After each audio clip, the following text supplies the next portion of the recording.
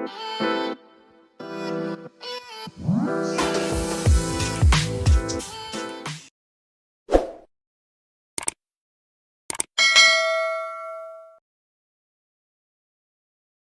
on your experience with your offshore team, what should be the minimum margin on your offshore team? And she's got a suggested there out of 6 times. What would your suggestion be?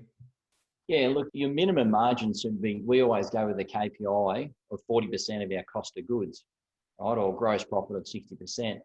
So but with your offshore team, you're not confined to that. You're going to get much better than that. So, you might get up to, depending on how you price your jobs and depending on your specialty and your niche marketing and how good you're at sales, you could get up to, we get up to like 90% gross profit. So, like you might even get sort of 6, 7, 8 times. It just depends, but I've just given you the minimum there. So but you'll get much better than 60% GP or 40% cost of goods. So that would be the minimum, but I can tell you now, you'll get much better than that with your offshore team members. Okay. Yeah, it should be based on the market price. So whatever the market price is that you're charging out for. So if it's bookkeeping and the market price is, $80 an hour, then you should charge at $80 an hour. But if you do it outsourcing, then it's like 10 times the cost, the hourly cost. Another way to look at it, just because you've invested in a really, really efficient factory, it doesn't mean that you have to be the cheapest. Although, if you're going for a very price sensitive job, you probably have the ability to perhaps drop the price lower than another firm who doesn't offshore. So as you said, Ed, it should be just more market value. Just because you've got a really efficient factory doesn't mean you have to be the cheapest. Yeah. Or go under market value.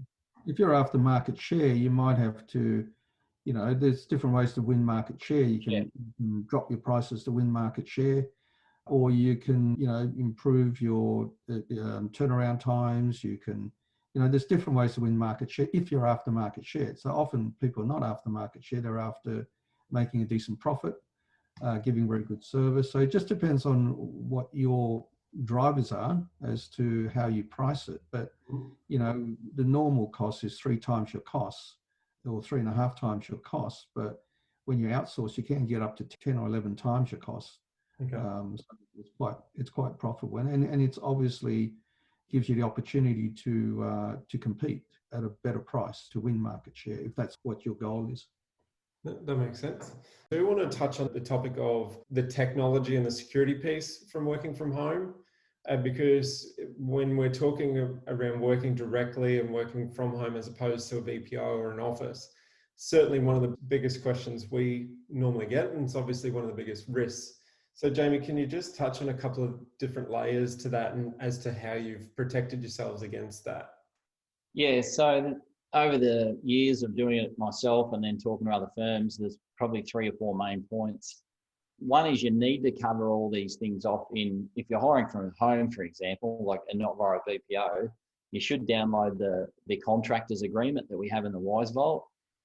And in that agreement, it'll cover a lot of the main things around security and cyber security issues. And, if I sort of quickly list them, one, you need to make sure that all your antivirus, anti-keylogger software is kept continually up to date. So we pay a IT firm to do that. And that includes all your critical Windows patches, because people are always trying to work out, and they have for years, how to get into a computer, how to hack it or whatever it may be. And it's a continuous battle. And then you have your, software companies, whether it's Apple or Microsoft, always updating and putting critical patches on security. There's no way you would just let a computer sit there and not have the patches updated. So you must have that in a contract with your IT company to keep those patches up to date. Now, thirdly, you should have a system. There's different systems there. There's like LastPass, there's Practice Protect that we've used for years, which just gives you one password and into a portal where all the other passwords aren't known. So Practice Protect's another one. The other thing that you should have in the contract or spell out is that if the offshore team member's using a computer, that it's just for work purposes. It's just for their job. You don't have the kids come in or the husband or wife all come in and use that computer. So that's another thing that I've learnt from experience as well, is just that computer should be solely dedicated to the team member for the purposes of your work. They're some of the main things, Brenton, but certainly the IT side of it, the things that I mentioned, is critical. Then there's just the practical things. Another thing that we include in the contract is that all our offshore team members, they're not allowed to print. We just blatantly say in there that you can't print things off and have paper laying around. And so we just work in a paperless environment. Any comments on how to best ingrain the offshore strategy into the culture and for the leadership team to drive this forward? There's no question that working, from home or working overseas brings up with it a different challenge, and, keeping an eye to make sure productivity is up and so forth. But, in our environment of timesheets, and there's checks and balances, and, software like Terramind and a whole lot of different other software that you can implement, that's minimal. But overriding all of that is that you've got to teach the staff a sense of leadership.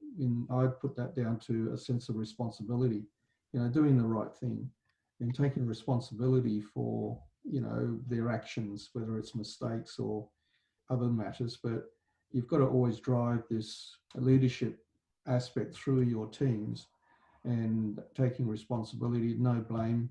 Don't blame people for making mistakes. Focus on solutions, focus on fixing the problem.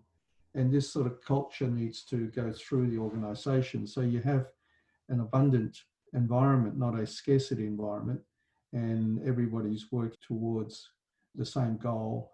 And if people do make mistakes, just focus on fixing the problem, looking for a solution rather than blaming people.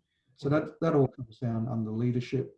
So you need to make sure that they understand that right from the first time that you employ them, that your culture is about working together to solve problems and find solutions. Okay. Jamie, final point on leadership and really making this strategy work for a firm? Yeah, I think the main thing is that you don't just leave people sitting there. I've spoken to other firms over the years where the leadership of the firm might want to embrace offshoring, but then the second layer of management, whether it's the senior production manager or even, the senior client manager, they just don't embrace it. So while the owners of the firm or the partners might embrace it, I've seen that happen, but then I've seen the next level or the level under that not embrace it. And then, they'll say, why didn't it work? Or, well, I couldn't get the accountants, or I couldn't get the associates, or I couldn't get the managers to do it. And so, it can become sort of an attitudinal point that, I just don't want to get on Zoom, or I don't want to get on Microsoft Teams and call the person. So I've seen that more than a few times. And I think that's more of just having a fixed mindset that offshoring just doesn't work. Whereas if people have the right attitude and they give it a fair go, it can work. So I think leadership in terms of, designing a firm and leading the firm in the right way, you can never understate that. It's just, this is the strategy. This is why I would like to do it. It's win-win. It does work.